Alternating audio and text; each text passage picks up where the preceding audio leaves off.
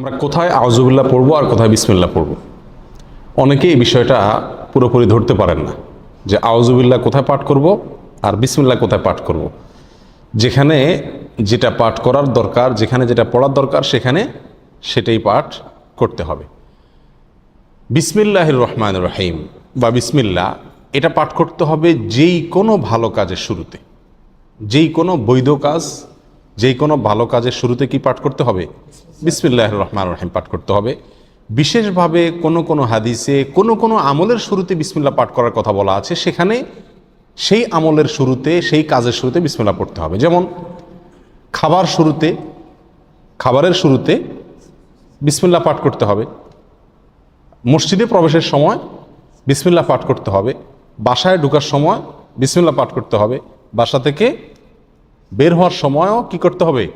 বিসমিল্লাহ পাঠ করতে হবে। এ হলো বিসমিল্লাহর বিষয়।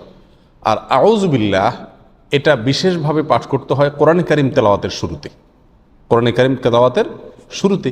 আর কোরআনে কারীম তেলাওয়াতের শুরুতে আউযুবিল্লাহ বিসমিল্লাহ উভয়টা পাঠ করব, নাকি শুধু আউযুবিল্লাহ পাঠ করব, নাকি শুধু বিসমিল্লাহ পাঠ করব, নাকি এক এক জায়গায় পাঠ করব?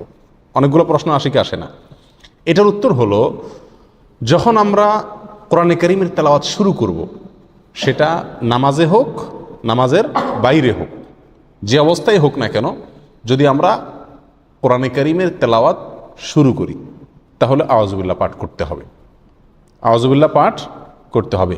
অনেক উলামায়ে কেরামের মতে ওয়াজিব, অনেক উলামায়ে কেরামের মতে সুন্নাত।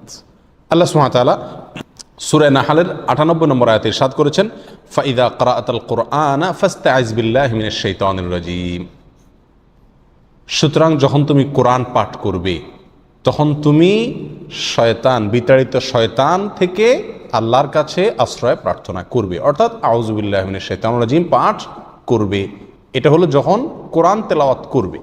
তাহলে আমরা নামাজে যখন হাত বাঁধবো, হাত বাঁধার পরে সানা পড়ব, এরপরে আউযুবিল্লাহ পাঠ করব, কারণ আমাকে সূরা ফাতিহা পড়তে হবে, সূরা ফাতিহার পরে আরও সূরা পড়তে হবে। সেজন্য আমাকে শুরুতে কি পড়তে হবে? আউযুবিল্লাহি মিনাশ শাইতানির রাজীম পাঠ করতে হবে। এটা সুন্নাত। এটা হলো যে কোনো কোরআন তেলাওয়াতের শুরুতে। আপনি যে কোনো মজলিসে একটু কোরআন তেলাওয়াত করতেছেন, আপনি একটা কোরআন আয়াত কোনো এক জায়গায় তেলাওয়াত করতেছেন, এমনি কোরআন খুলে তেলাওয়াত করতেছেন, যখনই আপনি কোরআন তেলাওয়াত করবেন, সেটা নামাজে হোক, নামাজের বাইরে হোক, আপনাকে কি পড়তে হবে? আউযুবিল্লাহি মিনাশ শাইতানির রাজীম এটা পড়তে হবে। আমাদের দেশে বেশিরভাগ মানুষ আমরা কোরআন তেলাওয়াতের শুরুতে বিসমিল্লাহটা খুব গুরুত্ব দিয়ে পড়ি। মাশাআল্লাহ, বিসমিল্লাহ পড়ে কি করি? তেলাওয়াত শুরু করি। আউযুবিল্লাহ বেশিরভাগ মানুষ তেলাওয়াতের শুরুতে আমরা পাঠ করি না, অথচ তেলাওয়াতের শুরুতে বিসমিল্লাহর চাইতে আউযুবিল্লাহর গুরুত্ব বেশি। আউযুবিল্লাহ পাঠ করতে হবে। তেলাওয়াতের শুরুতে কি পাঠ করতে হবে?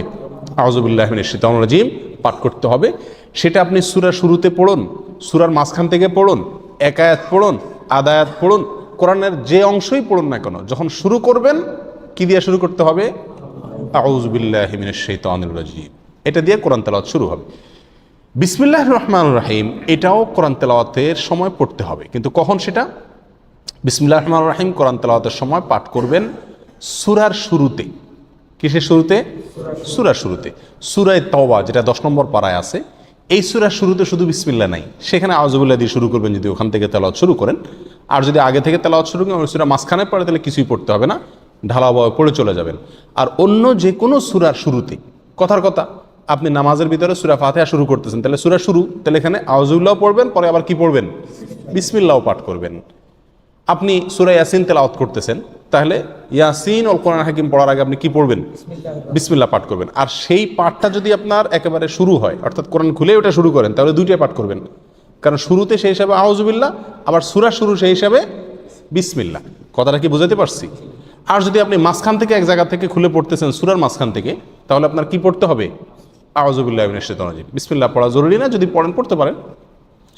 কথা বুঝে আসছে? এ হলো আউযুবিল্লাহ এবং বিসমিল্লাহ কোথা আমরা পাঠ করব, তার একটি মোটামুটি বিস্তারিত বিবরণ।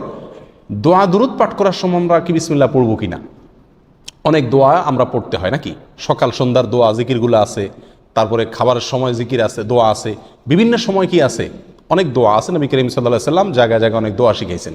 তো এই সমস্ত দোয়াগুলোতে বিশেষ করে সকাল সন্ধ্যার দোয়াতে বা আল্লাহর কাছে এমনি দোয়া করছি যখন, তখন কি আমরা বিসমিল্লাহ আউযুবিল্লাহ পড়তে হবে কিনা? উত্তর হলো না।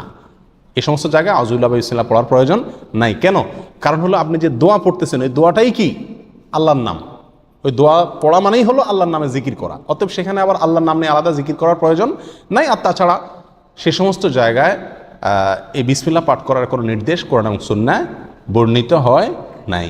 কথা বুঝে আসছে? কিন্তু এছাড়া যে কোনো বৈধ কাজ এবং ভালো কাজের শুরুতে কি পাঠ করতে হবে? বিসমিল্লাহ বলে শুরু করতে হবে।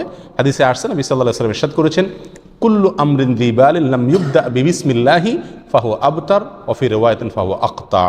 যে কোনো কাজ যদি তার শুরুতে আল্লাহর নাম নেওয়া না হয়, বিসমিল্লাহ বলা না হয়, তাহলে কাজটা অপূর্ণাঙ্গ থেকে যায়, ওটাতে বরকত থাকে না, কল্যাণ থাকে না। এই জন্য যে কোনো আমাদের এই ভিডিওটি যদি আপনার ভালো লেগে থাকে তাহলে ভিডিওতে একটি লাইক দিতে পারেন এবং আপনার প্রিয়জনদের সাথে শেয়ার করতে পারেন, এবং এইরকম আরও ভিডিও পেতে আমাদের ইউটিউব চ্যানেলটি সাবস্ক্রাইব করে পাশে থাকা বেল আইকনটি অন করে দিন।